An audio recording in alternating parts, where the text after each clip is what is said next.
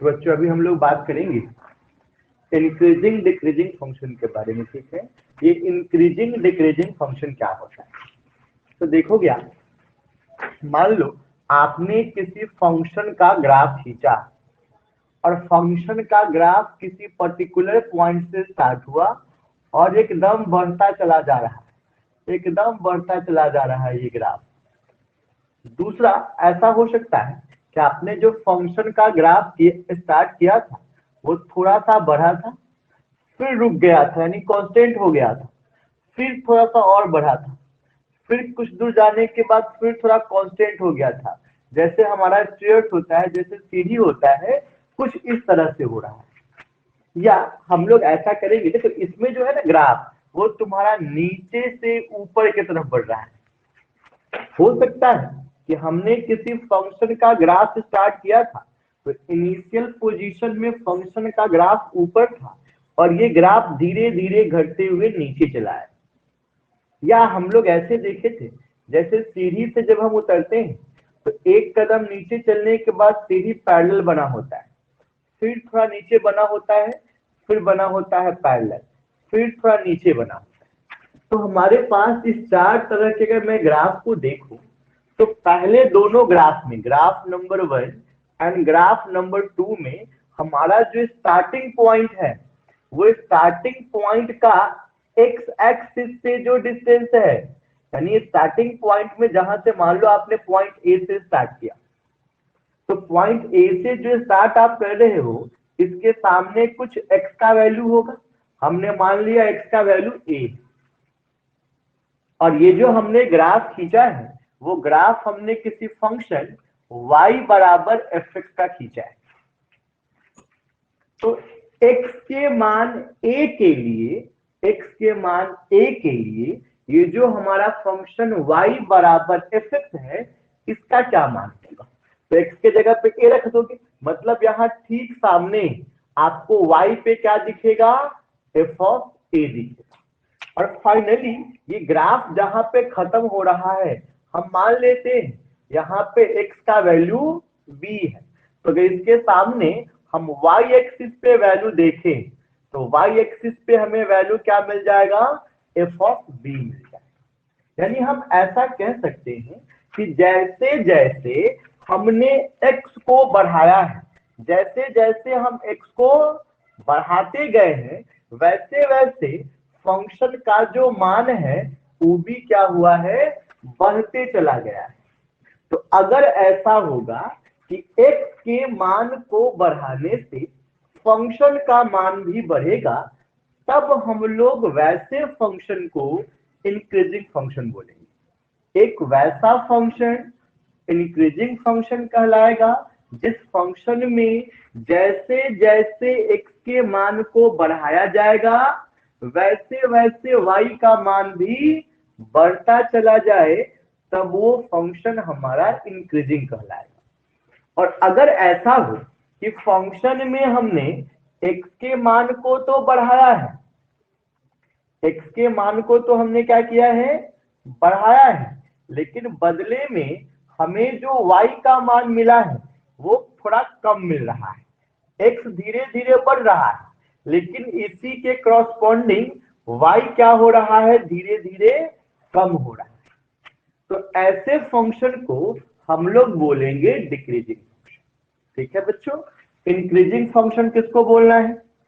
तो increasing function तब बोलना है जब x को इंक्रीज करने से fx यानी कि y का वैल्यू भी इंक्रीज करे। अगर आपने x को इंक्रीज किया तो इससे y का भी वैल्यू इंक्रीज हो गया, हर जगह इंक्रीज हो रहा है, इस वजह से ऐसे फंक्शन को हम लोग बोलेंगे इंक्रीजिंग फंक्शन। ठीक है, और अगर ये हमारा इंक्रीजिंग फंक्शन है तो एक जनरल सा रूल बनता है कि अगर x की दो वैल्यू, मान लीजिए x बिलोंग कर रहा है a, b से, जिसमें a जो है ये बड़ा है, मतलब a से ऐसा है, तो इसके लिए फंक्शन पे जो a का मान होगा इससे बड़ा होगा फंक्शन में b का मान, तो आप इस फंक्शन को इंक्रीजिंग फंक्शन बोलोगे। x का मान बढ़ा दिए, a से क्या कर दिए, b कर दिए, तो फंक्शन का भी मान बढ़ गया, तो ऐसे फंक्शन को हम बोलेंगे इंक्रीजिंग फंक्शन।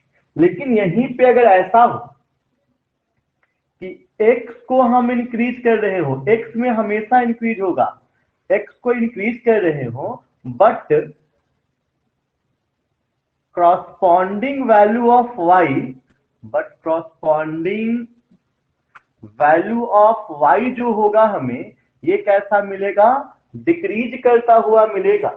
तो ऐसे फंक्शन को हम डिक्रीजिंग फंक्शन बोलेंगे, ठीक है, जिसमें x तो बिलोंग करेगा a b से, और ऐसे बिलोंग करेगा भाई कि a जो होगा x कुछ इस तरह के कंडीशन को फुलफिल करेगा, लेकिन a पे जो मान आएगा ये बड़ा हो जाएगा b के मान से, तो ऐसे फंक्शन को हम डिक्रीजिंग फंक्शन कहेंगे थ्योरेटिकली।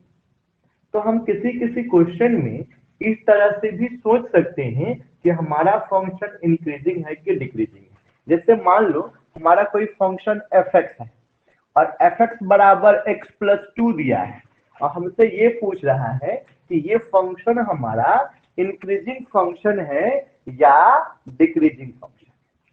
तो हमें क्या करना है, देखना है इंक्रीजिंग फंक्शन तब कहलाएगा जब x को बढ़ाते जाओ तो साथ में y भी बढ़ता चला जाए, x भी बढ़ेगा और y भी क्या होगा, बढ़ेगा, यानी x और y दोनों का वैल्यू अगर बढ़ता जा रहा है तो इंक्रीजिंग।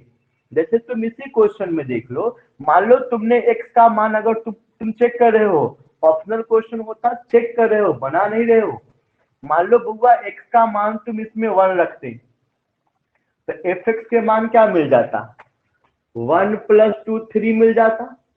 अब x के मान तनका बढ़ा दो, 1 से बढ़ा के क्या कर दो, 2 कर दो, तो जब x का मान तुम 1 रखे थे तब तो x का वैल्यू 3 मिला था, लेकिन x के मान तनका बढ़ा दिए, 1 से 2 कर दिए, तब क्या वैल्यू मिलने लगा fx का, तुमको fx का वैल्यू 4 मिलने लगा। माने x को बढ़ाने से y भी बढ़ रहा है, तो ये जो एग्जाम्पल होगा वो किसका होगा, इंक्रीजिंग फंक्शन का होगा। परेशानी, लेकिन अगर x को बढ़ाने से y हमारा घटना स्टार्ट हो जाए तो वो हमारा फंक्शन डिक्रीजिंग फंक्शन होगा। जैसे एग्जांपल के तौर पे देख लीजिए, मान लीजिए fx बराबर 5 माइनस एक्स, fx बराबर क्या है, 5 माइनस एक्स, हमने इसमें x का वैल्यू 1 लिया, तो बउआ f ऑफ 1 कितना मिल जाएगा, 4, x का वैल्यू हमने 2 लिया तो f ऑफ 2 कितना मिल जाएगा, 3।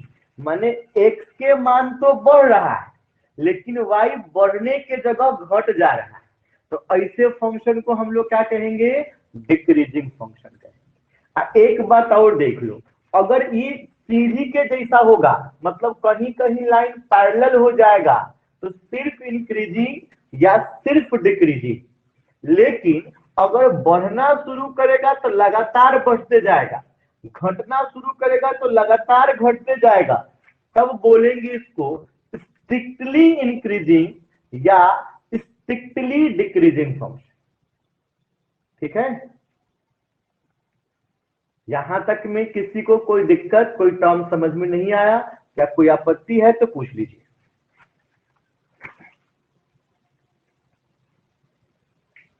आदिल, बिना ग्राफ देखे कैसे कहेंगे कि स्ट्रिक्टली है या स्ट्रिक्टली इंक्रीजिंग नहीं है? अभी हम लोग आते हैं कि बिना ग्राफ देखे हम लोग ये कैसे बता सकते हैं कि फंक्शन हमारा स्ट्रिक्टली इंक्रीजिंग है या इंक्रीजिंग। तो ध्यान दीजिएगा, ये जो हम लोग यहाँ कंडीशन निकाल रहे हैं एफ वाला, अगर इसमें बराबर होगा तो खाली इंक्रीजिंग, लेकिन अगर ये बराबर मिटा दिया जाए, मतलब बराबर नहीं रहे, तो स्ट्रिक्टली इंक्रीजिंग। हम लोग इसके आगे और चलते हैं, क्वेश्चन देखते हैं कि हम इसके अलावे भी कैसे देख सकते हैं कि हमारा फंक्शन इंक्रीजिंग है या डिक्रीजिंग है। ये तो बस थ्योरेटिकल बात है, मैं इतने इतने बातों के वजह से, इतनी बातों को लेके किसी क्वेश्चन को सॉल्व नहीं कर सकता। यहां तक अगर कोई दिक्कत है समझने में तो बोलिए।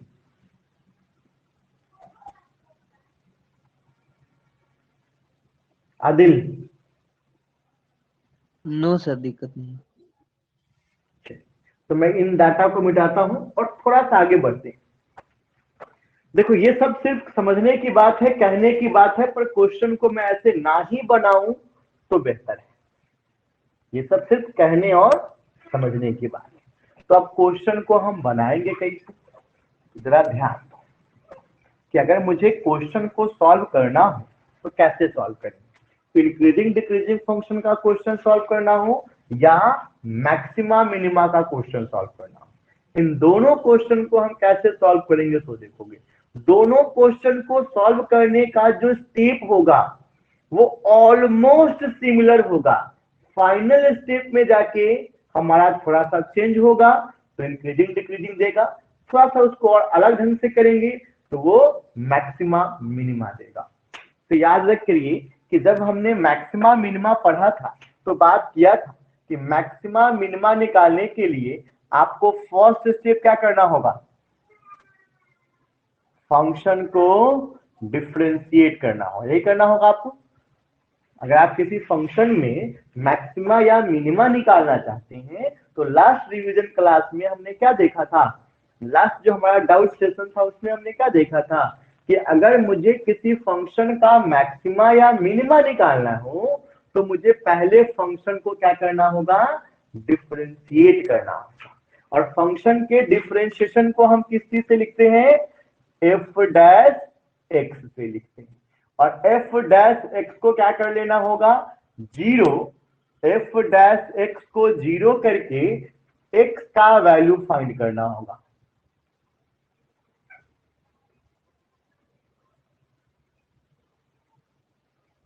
यहां तक बच्चों किसी को अगर आपत्ति है कुछ तो बोलिए। ये दोनों स्टेप में किसी को दिक्कत है तो बोलो।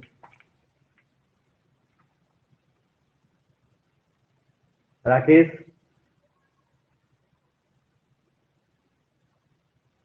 राकेश दिक्कत है आपको? चलिए, तो हमने maxima minima increasing decreasing function, अगर मुझे इन दोनों में से कोई भी क्वेश्चन सॉल्व करना हो तो यहां तक तो भाई दोनों में करना होगा। मैक्सिमा मिनिमा निकालना है उसमें भी करना होगा, इंक्रीजिंग डिक्रीजिंग फंक्शन निकालना है उसमें भी करना होगा। अब अगर तुम इंक्रीजिंग डिक्रीजिंग की बात करोगे तो यहाँ कहा गया, पहला बात क्या कहा गया कि अगर एफ डैश एक्स का वैल्यू प्लस में आ जाए, एफ डैश एक्स किस में आ जाए, प्लस में, तो ये कहलाएगा इंक्रीजिंग। और दूसरा बात कहा गया कि एफ डैश एक्स किस चीज में आ जाए, नेगेटिव में आ जाए, तो ये क्या कहलाएगा, डिक्रीजिंग। कैसे आएगा भाई, तो इसके लिए भी बात कहा गया है। क्या कहा गया है कि यहां से तुम जो एक्स का वैल्यू निकालोगे, एक्स के वैल्यू को एफ डैश एक्स में पुट करके चेक करना है, पुट करके चेक करना है आपको कि आपका जो साइन मिल रहा है एफ डैश एक्स का वो क्या मिल रहा है, पॉजिटिव मिल रहा है या नेगेटिव मिल रहा है। कैसे चेक करते हैं, तो नंबर लाइन लेते हैं, नंबर लाइन पे इंटरवल बनाते हैं और इंटरवल से वैल्यू लेके चेक करते हैं। तो हमें इंक्रीजिंग फंक्शन या डिक्रीजिंग फंक्शन देखने के लिए पहला काम क्या कर लेना होगा, फंक्शन को एक्स के रेस्पेक्ट में डिफरेंशिएट कर लेना होगा। और जब फंक्शन हमारा एक्स के रेस्पेक्ट में डिफरेंशिएट हो जाए तब हमें फिर से क्या करना होगा, एफ डैश एक्स को जीरो करके वहां से एक्स का वैल्यू फाइंड करना। देखो बच्चों इसको आप ऐसे भी कर सकते हो, इंक्रीजिंग फंक्शन के लिए प्लस होना है ना, तो एफ डैश एक्स को ग्रेटर देन जीरो करके एक्स निकाल लो। अगर x निकालोगे तो तुमको आंसर जो मिलेगा वो मिलेगा इंटरवल, किस इंटरवल में फंक्शन इंक्रीजिंग है, तो इससे क्या मिलेगा हमको, इंटरवल मिलेगा। और अगर हम f डैश x को 0 से छोटा करके x निकाल लें तो इससे जो हमें मिलेगा वो भी क्या मिलेगा, इंटरवल ही मिलेगा। लेकिन एक बात समझ लीजिए, f डैश x 0 से बड़ा, 0 से बड़ा मतलब प्लस में या माइनस में होगा। ये कोई भी नंबर 0 से बड़ा हो रहा है इसका मतलब वो नंबर प्लस में होगा। बहुत बढ़िया बात, तो प्लस में होगा, तो प्लस के लिए मतलब क्या, किसके सेंस में हम लोग जा रहे होंगे, इंक्रीजिंग फंक्शन के सेंस। तो अगर इंक्रीजिंग फंक्शन के सेंस के लिए हमको इंटरवल फाइंड करना हो तो हम क्या करेंगे, f डैश x को 0 से बड़ा लेकर के अगर हम इनइक्वालिटी सॉल्व कर ले तो उस इनइक्वालिटी के सॉल्व करने से भी हमें क्या मिल जाएगा, वह इंटरवल मिल जाएगा जिस इंटरवल में हमारा fx इंक्रीजिंग फंक्शन। दूसरी बात क्या करना है कि अगर मैं f डैश x को 0 से छोटा लेके सॉल्व कर लू इनइक्वालिटी को, 0 से छोटा लिए मतलब नेगेटिव लिए, तो f डैश x को 0 से छोटा लेके अगर हम इनइक्वालिटी को सॉल्व करते हैं तब जो हमें x का इंटरवल मिलेगा, x के लिए इंटरवल, वो वह इंटरवल होगा जिस इंटरवल में हमारा fx डिक्रीजिंग होगा। मैं कुछ क्वेश्चंस लेके चलते हैं, हम लोग कुछ क्वेश्चंस पे देखते हैं कि किस तरह से हम लोग इंक्रीजिंग डिक्रीजिंग फंक्शन में इंटरवल का पता लगाएंगे। बच्चों अच्छा, मैक्सिमा मिनिमा में क्या करना था हम लोगों को, इतना करने के बाद यहां से दो बातें डिसाइड करना था। फर्स्ट ऑर्डर डेरिवेटिव टेस्ट पे आपको जाना है या सेकेंड ऑर्डर डेरिवेटिव टेस्ट पे जाना है, यही डिसाइड करना था ना जी।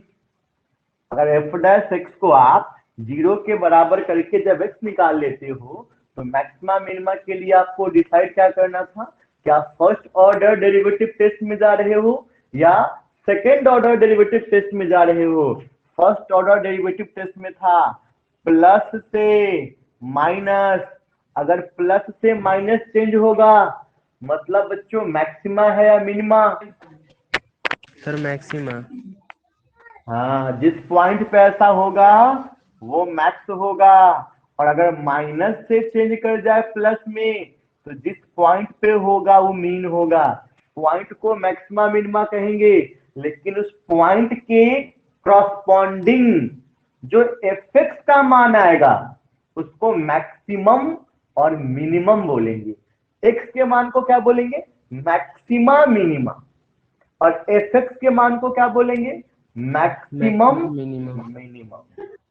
सेकेंड ऑर्डर डेरिवेटिव टेस्ट में क्या करना था, एफ डबल डैश एक्स निकालना था।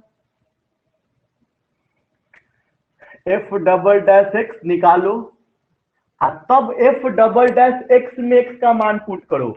एफ डबल डैश एक्स में क्या करो, एक्स का मान पुट करो। अब पुट करने से अगर तुमको आएगा प्लस में माने मिनिमा, अब पुट करने से आएगा माइनस में मतलब मैक्सिमा। तो ये हमारा मैक्सिमा मिनिमा का था जिसको हमने लास्ट डाउट सेशन क्लास में देख लिया था। अभी अगर मान लीजिए हमारे पास एक फंक्शन है, कोई फंक्शन है एफ एक्स बराबर, सपोज करते हैं कि हमारे पास फंक्शन जो दिया हुआ है वो x इंटू लॉग एक्स है। कोई भी मैं फंक्शन यहाँ पे ले सकता था और मुझे ये पता करना है कि ये फंक्शन जो हमारा है ये इंक्रीजिंग फंक्शन है या डिक्रीजिंग फंक्शन। एफ एक्स बराबर एक्स इंटू लॉग एक्स। क्या करना है बच्चों, सबसे पहला काम एफ एक्स को डिफ्रेंशिएट कर देना है। तो अगर हम लोग इसको डिफ्रेंशिएट करें एक्स के रेस्पेक्ट में तो एक्स इंटू लॉग एक्स के डिफ्रेंशिएशन के लिए क्या करेंगे, प्रोडक्ट रूल का एप्लीकेशन करेंगे। बहुत बढ़िया, अगर प्रोडक्ट रूल आप लगाओगे तो पहले एक्स बाहर, लॉग एक्स का डिफ्रेंशिएशन 1/x। 1/x। अब क्या होगा, लॉग एक्स बाहर x का डिफरेंशिएशन कितना हो जाएगा 1। 1 तो यहाँ x से x हमारा कट गया, हमें क्या मिला 1 प्लस log x। अब क्या करना है f डैश x को 0 कर देना है। तो हम लोग यहाँ से इसका क्या करते हैं f डैश x बराबर करते 0, यानी कि 1 प्लस log x बराबर हमारा 0 हो जाता। इसका मतलब क्या होता हमारे पास log x बराबर -1। मतलब मैं ऐसा बोल सकता हूं माइनस log x बराबर 1। माइनस log x है मतलब log 1/x बराबर 1 होगा। ठीक है, log 1/x बराबर कितना हो जाएगा 1 हो जाएगा। तो अगर log को मैं उस साइड शिफ्ट करता हूं तो 1/x बराबर e मिल जाएगा हमें, है ना। log को जब एंटी लॉग लेंगे दोनों साइड एंटी लॉग, तो एंटी लॉग लेंगे तो ये log गायब हो जाएगा, यहाँ e बन जाएगा। अब मैं यहाँ से x निकालूंगा तो x क्या हो जाएगा हमारा 1/e। तो अगर मैं नंबर लाइन लेता हूं तो नंबर लाइन की एक तरफ तो प्लस इन्फिनाइट होगा, एक तरफ क्या होगा माइनस इन्फिनाइट, और एक नया पॉइंट क्या मिल गया हमें 1/e। बच्चों e का मान कितना होता है बता सकते हो? e का वैल्यू कितना होता है कोई बता सकते हो? जैसे पाई का वैल्यू 3.14 समथिंग होता है, वैसे ही e जो इरेशनल नंबर है इसका वैल्यू कितना होता है?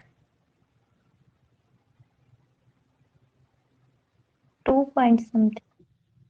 2 पॉइंट समथिंग, बहुत अच्छा। तो 2 पॉइंट समथिंग है, तो इन दोनों के बीच में कोई पॉइंट लोगे तो ये 2 पॉइंट समथिंग नीचे है, ऊपर 1 है। मान लो 2 ये रहेगा तो 1/2 0.5 आ जाएगा। इसके बीच का कोई पॉइंट लेते हैं, मान लो 1 ले लेते हैं या 2 ले लेते हैं, तो यहाँ क्या बन जाएगा f डैश x। आपको क्या चेक करना है भाई इसमें कि f डैश x प्लस है या माइनस है, इंटरवल के बीच वैल्यू पुट करके। तो इसके बीच का वैल्यू अगर आपने मान लो 1 लिया तो यहाँ क्या हो जाएगा 1 प्लस log 1। तो 1 प्लस log 1 का मान सोच के बता जरा, प्लस में आएगा कि माइनस में आएगा?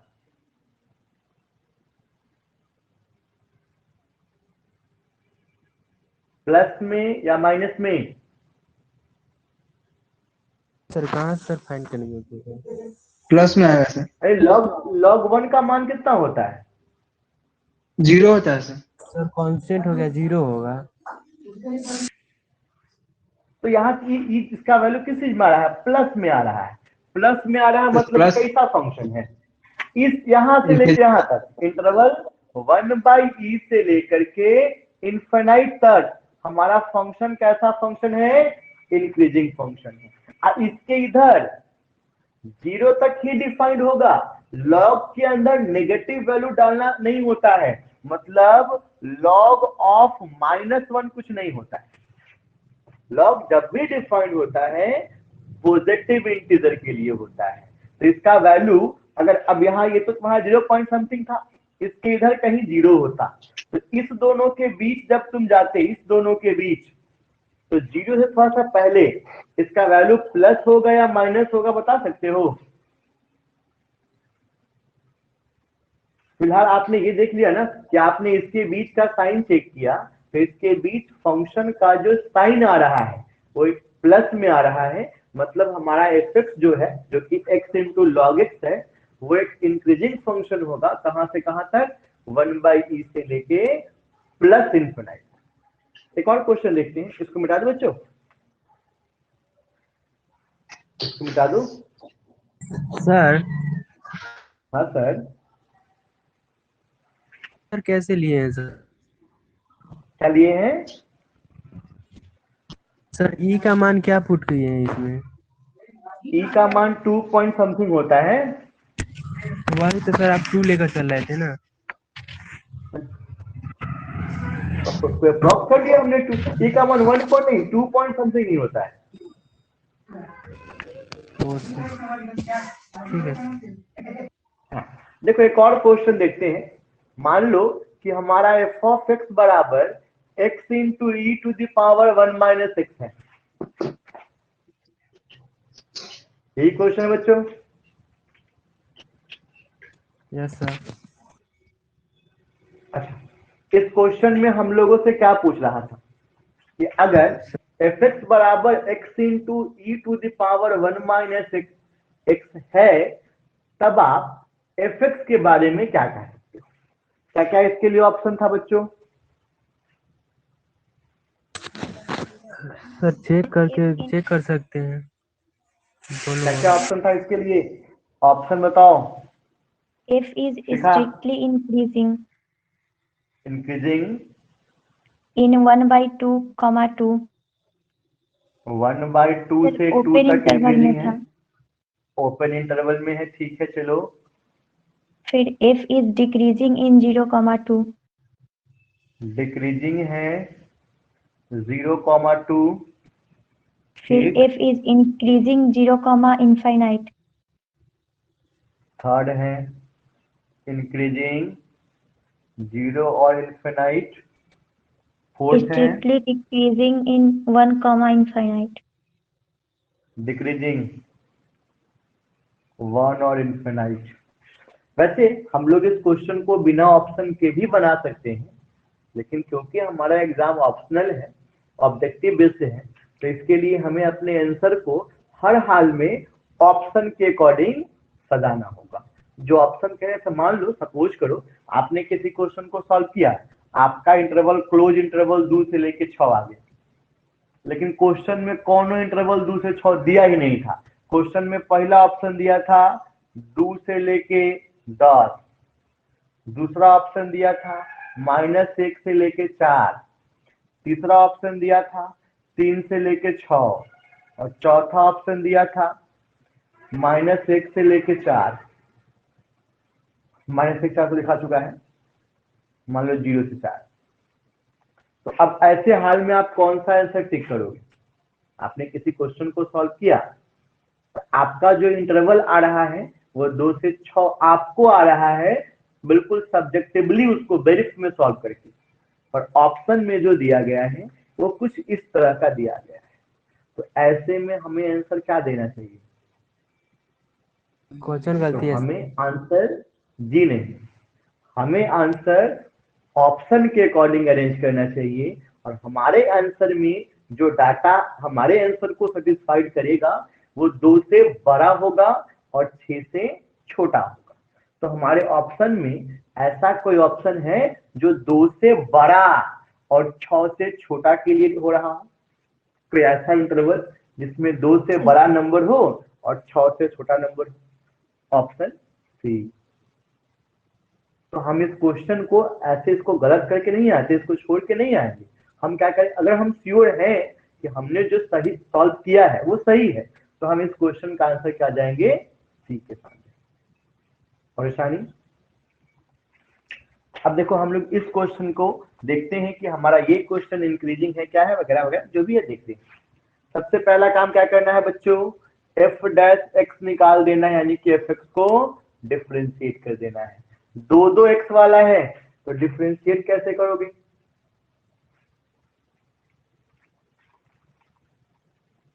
सर प्रोडक्ट रूल अप्लाई करेंगे सर। प्रोडक्ट रूल अप्लाई करेंगे। पहले हमने एक्स को बाहर किया, e to the power x का differentiation e to the power x into -1 plus e to the power -x को डिफ्रेंशिएट बाहर किया, एक्स का डिफ्रेंशिएशन हमारे पास 1 हो गया। किसी को अगर कोई दिक्कत इसमें है तो बोल दीजिए। नहीं है? क्या हो बच्चा?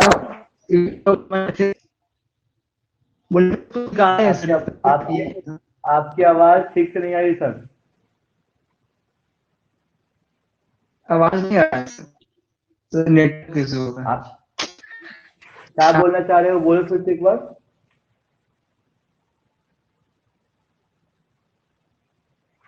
देखो हम लोग इस दोनों में से e के पावर 1 - x को कॉमन निकाल लें, इसमें क्या बच जाएगा? -x + 1 बच जाएगा। और हमें क्या करना है? f डैश x को कर देना है 0, तो बराबर 0 कर देंगे। अब जरा सोचो कि 2 नंबर को गुना करके 0 कब आएगा? जब ये दोनों में से कोनो एगो नंबर 0 बन जाए। तो यहां से -x बराबर -1 यानी x कितना हो जाएगा, 1 हो जाएगा। e के पावर 1 - x बराबर 0 है, तो यहां से x का मान निकाल सकते हैं हम लोग। इसको ऐसे ही छोड़ देते हैं। अब देखो हमको इसमें जरा ध्यान देना है कि अगर हम इसके लिए इंटरवल देखते हैं, अगर मैं इसके लिए इंटरवल देखता हूं तो एक तरफ हमारा -∞ होगा, एक तरफ +∞ होगा, और एक नंबर तो भाई 1 हमें मिल गया, फिक्स हो गया। मैं इन दोनों के बीच का कोई पॉइंट लेता हूं, इन दोनों के बीच का कोई भी एक पॉइंट मैं रेंडमली उठा लेता हूं। तो अगर इन दोनों के बीच का कोई एक पॉइंट आप रेंडमली लेते हो तो कौन सा पॉइंट लेना चाहोगे आप? चलो इस दोनों के बीच कोई पॉइंट लेते हो, क्या ले लूं इन दोनों के बीच? सर 2 लेंगे। 2 ले ले। अगर बबुआ हाँ सर। x का वैल्यू 2 लिया जाए, अगर x का वैल्यू 2 लिया जाए, तो जरा सोचना है कि ये जो हमारा fx है इसका साइन क्या होगा जब x का मान 2 होगा। अगर मैं x का मान 2 रख दूं तो इसका साइन क्या होगा? जैसे एक तो आपको साइन यहां मिलेगा e⁻1 - x, तो इसका साइन तो हरदम प्लस रहेगा, चाहे तुम x का मान कुछ रख लो। x का मान मान लो रखता है तुम 3, तो e के पावर -2 आएगा, माने 1/e²। हाँ, e खुद प्लस में है, 1 को भाग दोगे प्लस रहेगा, तो e तो हमेशा प्लस में रहेगा। सर दिक्कत क्या है? सर x माइनस x का 2 रखेंगे तो e इनवर्स हो जाएगा ना। e का पावर -1 को हम 1/e लिखेंगे, और 1/2 पॉइंट समथिंग होगा, ऊपर भी प्लस नीचे भी प्लस, तो क्या मिलेगा हमको? ओके सर, प्लस प्लस मिलेगा ना। रहेगा सर। Yes sir. तो ये तो हमेशा प्लस रहेगा। अब लफड़ा कहाँ है? तो -x+1। अब यहाँ हम तो 2 लिए थे या चाहे 3 लिए थे, तो ये -2 + 1 कितना हो गया? -1। ई आया था प्लस में, ई आ रहा है माइनस में, दोनों टकराएगा, प्लस माइनस क्या बना देगा? माइनस बना देगा। मतलब -1 से इनफाइनाइट के बीच ये फंक्शन कैसा होने वाला है? डिक्रीजिंग। काहे कि f'(x) किस में आ गया? नेगेटिव आ गया। देख लीजिए नहीं, सेकंड पॉइंट, f'(x) क्या होगा? अगर f'(x) नेगेटिव होगा तो इसका मतलब f(x) कैसा फंक्शन है? Decreasing function. तो जब आपने इन दोनों इंटरवल को चेक किया तो इसमें f(x) का साइन कैसा मिल रहा है हमको? नेगेटिव मिल रहा है, यानी कि इसमें करेक्ट आंसर कौन सा है? ऑप्शन नंबर 4, ये डिक्रीजिंग फंक्शन है इन द इंटरवल 1, ∞। बोलो सिखा, दिक्कत है? सर ज्वाइन में नहीं है। आदिल आपको समझ में आ गया?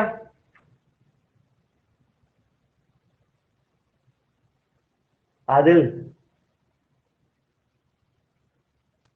सर इसका सर एक ही किधर किधर एक ही बगल का ये करके सर ये कर देंगे, मान नहीं, निकाल हम देंगे। दोनों साइड का, एक हम बार सर, दोनों साइड कर सकते थे, हम इधर का भी कर सकते थे, लेकिन ऑप्शन में नेगेटिव वाला ऑप्शन कहीं दिया ही नहीं गया। ध्यान दीजिएगा, कोई भी आपका ऑप्शन नेगेटिव साइड नहीं जा रहा है। जब हम 1 के पीछे जाएंगे तो 0 जाएंगे, नहीं तो नेगेटिव में चले जाएंगे। अगर बात ऐसा हमारे पास कोई ऑप्शन नहीं है। बाहर गए। बात समझ में आया? देखो एक यस क्वेश्चन सर। और बताता हूं मैं आप लोगों को, बहुत आसान छोटा सा टॉपिक है, इसको आराम से क्लियर किया जा सकता है। हमसे पूछ रहा है कि कोई फंक्शन हमारा f(x) है जो कि डिफाइंड हो रहा है f(x) बराबर x³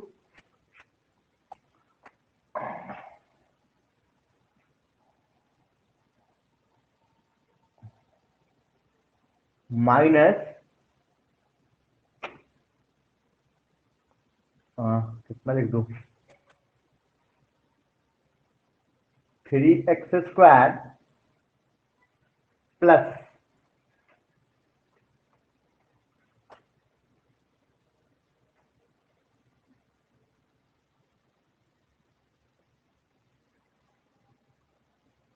मैं दे दूं 5 x प्लस 16, ये कोई फंक्शन है। fx बराबर 3x स्क्वायर है, fx बराबर x cube minus 3x square plus 5x plus 15। और आपसे ये पूछ रहा है कि ये जो हमारा फंक्शन है वो सर आखिर 15 कौन है या से इंटरवल 16 में, सर 5 15 है, है 5x है, 5x 16 है है कि 15 सर, ये देख और लीजिए। लास्ट में 16 है, लास्ट में 16 है।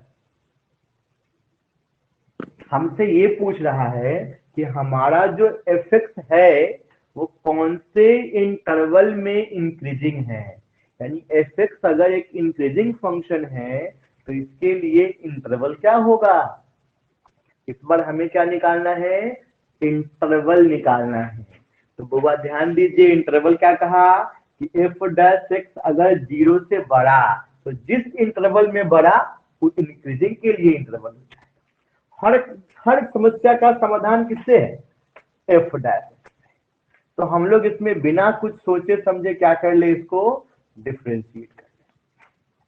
अगर इसको डिफरेंशिएट किया जाए तो क्या मिलेगा, 3x square minus 6x plus 5।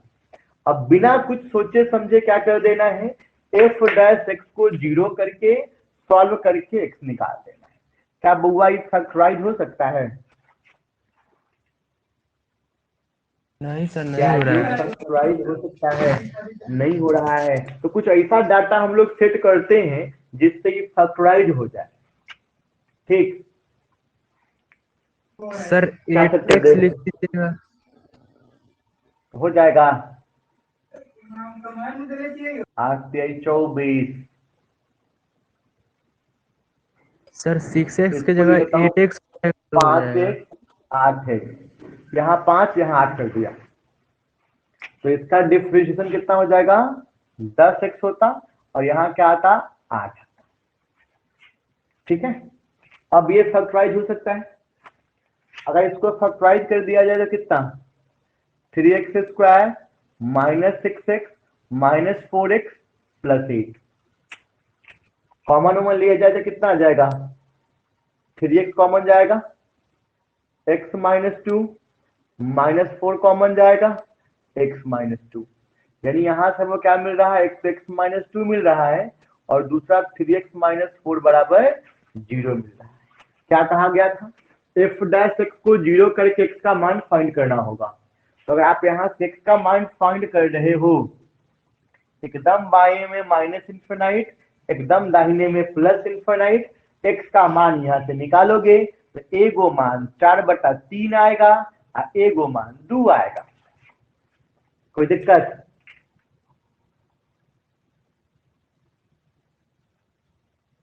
यहां तक दिक्कत है साजेब आपको, साजेब। अब देखिए बउआ, इन दोनों के बीच का कोनो पॉइंट मन में सोचो, 2 प्लस इन्फिनाइट के बीच का कोनो पॉइंट मन में सोच लो। हम 3 सोच रहे हैं, ठीक है। तो अगर हम यस सर। 3 सोचेंगे तो यहाँ 3 माइनस 2 होगा और 3 माइनस 2 कितना बचेगा, प्लस में कि माइनस में, खाली प्लस में बताना है। 3 में से 2 जाएगा तो क्या बचेगा, प्लस। सर 1 अब बचेगा, 3 प्लस लिए में बचेगा। तो प्लस में, हमको बस प्लस माइनस से मतलब है। आई 3 की आई 9 में से 4 घटेगा तो प्लस में कि माइनस में, प्लस। अब जब प्लस के प्लस से गुना करेंगे तो किस चीज में आएगा, प्लस में आएगा। अब प्लस में आ रहा है मतलब कैसा फंक्शन होगा हो यहाँ पे, इंक्रीजिंग होगा।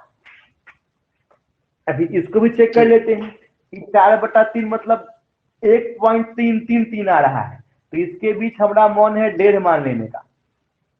अगर हम इसके बीच 1.5 मान लेते हैं तो 1.5 में से 2 जाएगा माइनस में आएगा, 1.5 में से 2 को माइनस करो क्या आ जाएगा, माइनस में। माइनस में आएगा सर, 1.5 इंटू 3 प्लस 4.5 में आएगा। में से 4 करोगे तो प्लस में।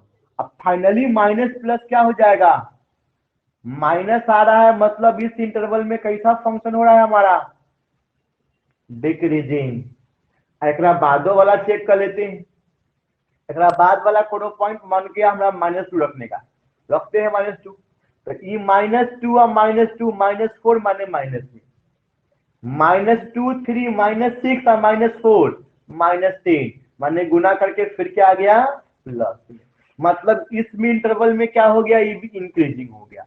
तो हमारा जो फंक्शन इंक्रीजिंग हो रहा है वो -∞ से 4/3 में इंक्रीजिंग हो रहा है, और दूसरा यूनियन दोनों है इसलिए यूनियन लगाएंगे 2 से लेके इन्फिनाइट तक। तो हमारे क्वेश्चन के लिए अगर हमसे वो पूछता कि एफ कौन से इंटरवल में इंक्रीज कर रहा है तो आंसर ये दोनों देते। अगर हमसे पूछता कि एफ जो डिक्रीजिंग करेगा तो कौन से इंटरवल में करेगा तो आंसर क्या देते, डिक्रीजिंग के लिए 4/3 से 2 के बीच। सर वो आ गया क्वेश्चन बात बोलता समझ ना में? सर। हाँ वो कहता आपसे इंटरवल के लिए आपसे पूछता कि एफ कौन से इंटरवल में इंक्रीजिंग है या कौन से इंटरवल में डिक्रीजिंग है।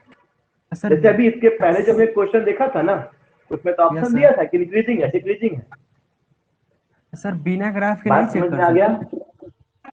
Yes sir. इसके बिना, हाँ सर। इसके बिना भी चेक कर सकते हैं, लेकिन वो वो भारी कैसे काम, वो भारी काम। तो उसको छोड़ देते हैं क्या सर? जी सर, बात समझ में आ गया?